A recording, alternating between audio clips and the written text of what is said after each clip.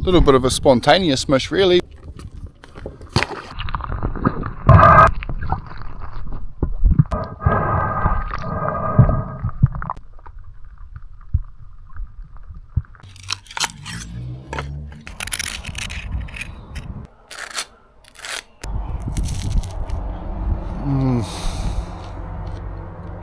This week's episode is called Spontaneous Shore Dive in Kaikōura with Spencer and Moses. Good morning team and welcome back to Muddy Feet. This morning I'm up before the crack of dawn. It's 10 to 5 at the moment and I'm kicking back out in front of the place that I've been staying, and I'm waiting for my pickup from a cool dude that I met yesterday. His name's Spencer. He's very kindly invited me out for a mission. So I'm up bright and early. I've got my gears on, I'm nice and warm, and waiting for Spencer to turn up, and then we're going to head off on a hunting mission. So fingers crossed we can get a bit of venison for the table. Right, let's go hunting. Yep, that's right, I did say let's go hunting, but long story short, the location was absolutely stunning. We did spot a couple of deer, but nothing that we wanted to shoot. So after a pretty good walk around, we decided to pull the pin on the hunting and change tack a little bit. So the plan for today is to head down to a little spot in Kaikōura for a sneaky shore dive and see if we can gather ourselves something for dinner. Some of my episodes are some pretty hardcore epic adventures, and then some of them are just cruisy, spontaneous ones that happen as I'm making my way around the country. Just like today, me and Spencer lucked out on the hunting, so we decided to try our hand at jumping in for a bit of a dive and see if we couldn't gather ourselves a kai that way. Brother Moses, I'll move your property down there, bro.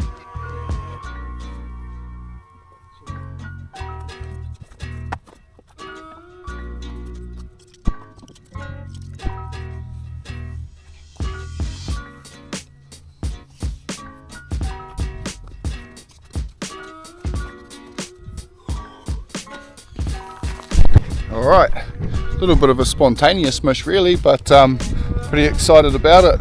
Hopefully I can get myself a couple of Kinas.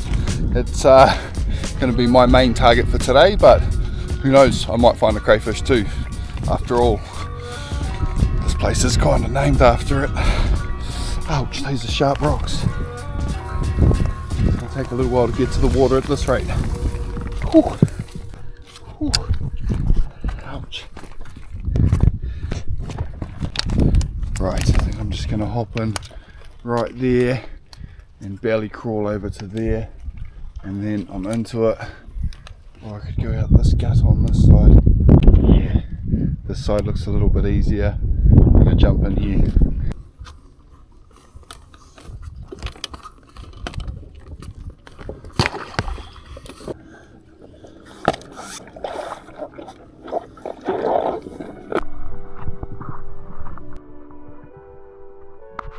Spencer and Moses are already way ahead of me, and I'm having a little bit of a fear of missing out moment, so I get my gear on as quick as I can and get into the water.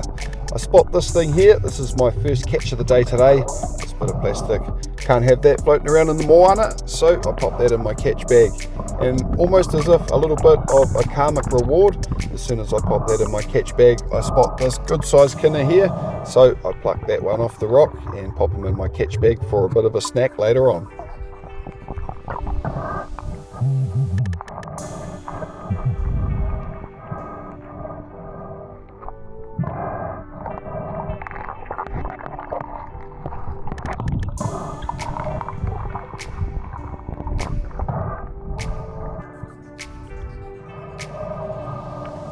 I make my way out to a little bit deeper water, have a good breathe up, then drop down to the bottom. I'm sort of mooching along this crack here, looking for any crayfish feelers sticking out, but instead I spot another pumpkin sized Kina, so I pluck that off the rocks and make my way back to the surface with it. I'm absolutely loving these Kinas down south, big, fat, creamy roe and way bigger than the ones in the north.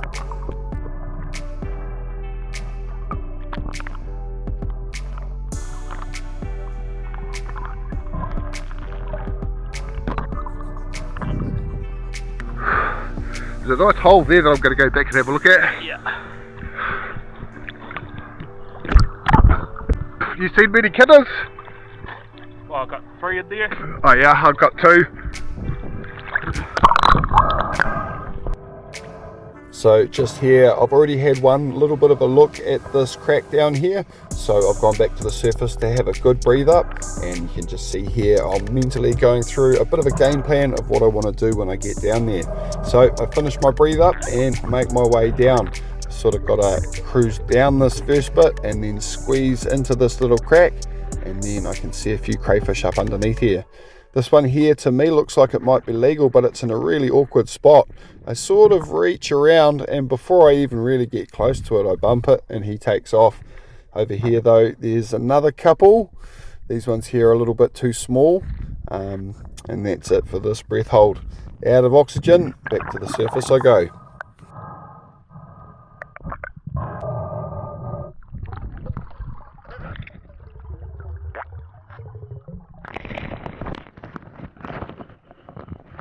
Just a few drops later, and I found a decent hole with quite a few crays tucked away in it.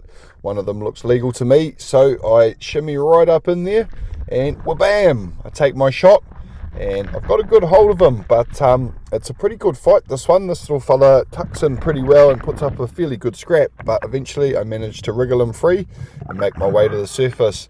It's not a big crayfish by any stretch of the imagination, but he looks pretty close to legal to me, so I'll take him back to the bag for a measure.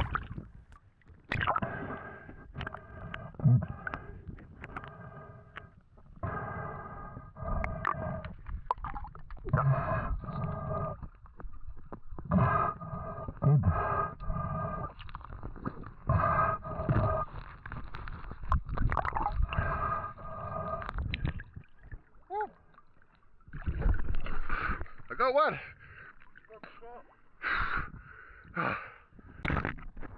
There's some big paua scattered through the area, but currently it's the no-take season, so they get left alone. It's pretty cool to see though, as I continue diving, that there are heaps and heaps of crayfish in this region. Lots of them are quite small in this area, but amongst them there are a few bigger ones.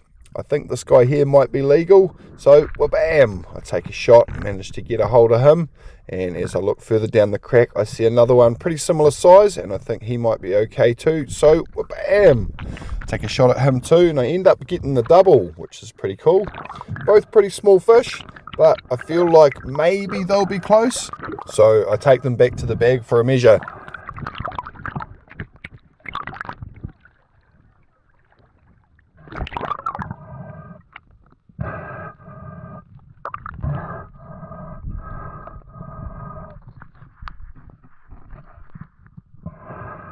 My iometer must be a little bit out today, but unfortunately after a bit of a measure, both of these guys are out and quickly get released.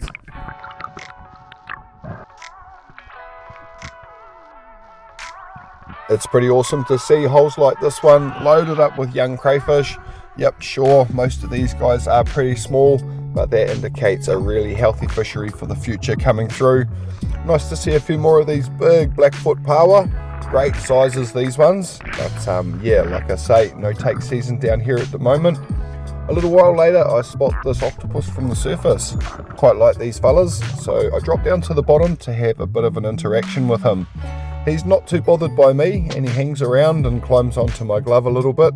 He's really checking me out here. Friendly little fella, but unfortunately I'm an air breather, so back to the surface I have to go to get a little bit more oxygen. I head back down a second time and hang out with him for about another minute.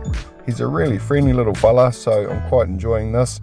Eventually though, I do bid him farewell. Catch you later, bro. Have a good day. And I head off in pursuit of a bit more food. Just as I'm leaving, he mentions there is actually a fat Kina just next to his hole, and he lets me know where that is. Pretty stoked to get another juicy Kina for the bag.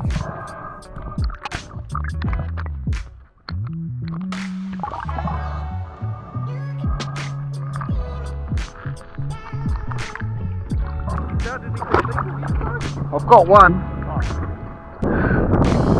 Whew, what about yourself? Probably measured about 40 crates. Yeah, I've only measured like 5, but I found that one and I was like, oh yeah, he's definitely probably sweet. Yeah. And even he was only just. Yeah. But yeah. Still not too bad. I had a close one. never seen poles like that. Oh shit. Yeah, so can't wait till I get further down and I can take a couple of those big ones, you know. Yeah. Nice dive though, nice temperature. Visitors are not bad. Well, it's not too bad. Take what you can get, eh?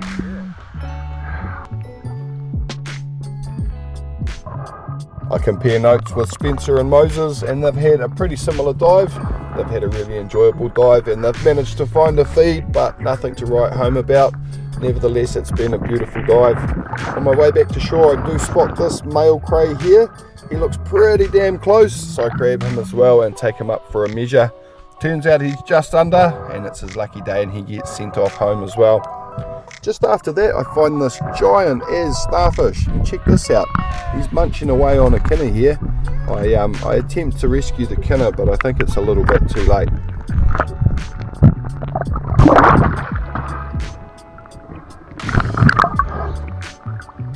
A lot of my time in the water, I am just playing with the creatures and having a bit of fun. That's why when I find these cool cracks that run between these rocks, I cruise right in there for a bit of a nosy. Pretty cool terrain.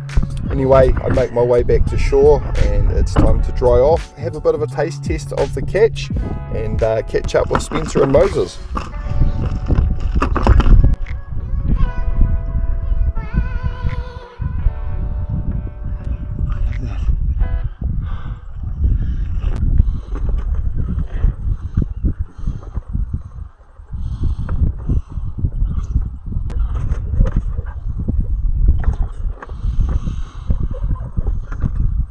My first catch of the day was a piece of plastic, bro.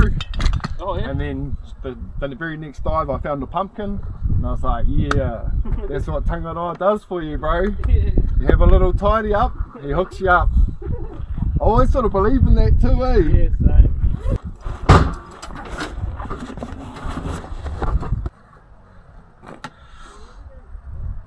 That was fun though. Fun as. While we pack down our gear and enjoy a couple of Kinas, we have a bit of a debrief about the dive and a pretty good yarn about things in general before it's time to head off.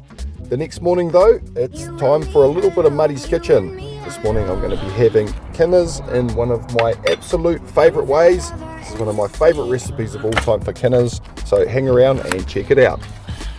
My awesome knife from the bro Steph. Cheers brother.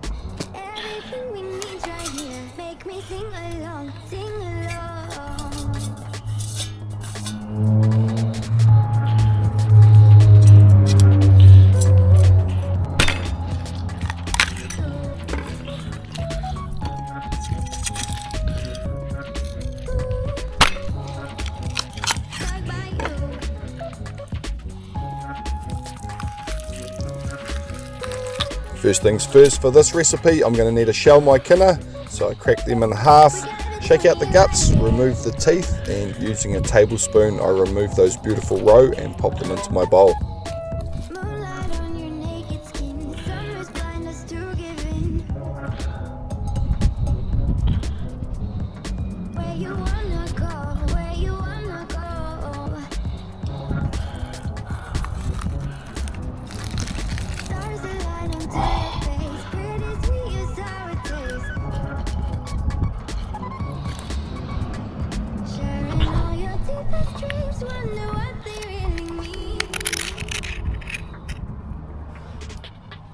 Write down all your memories, feel the things you wanna feel.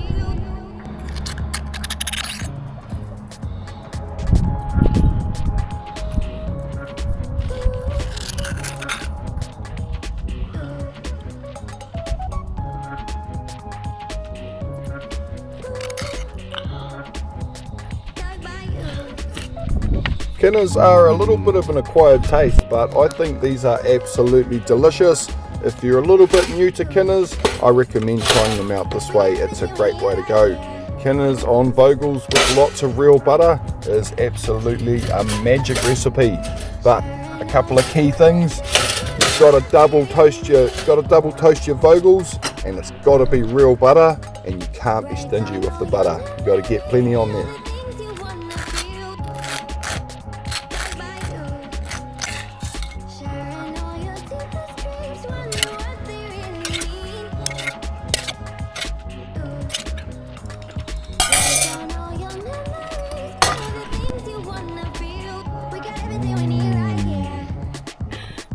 Ridiculous. Oh, nothing left to do but do it.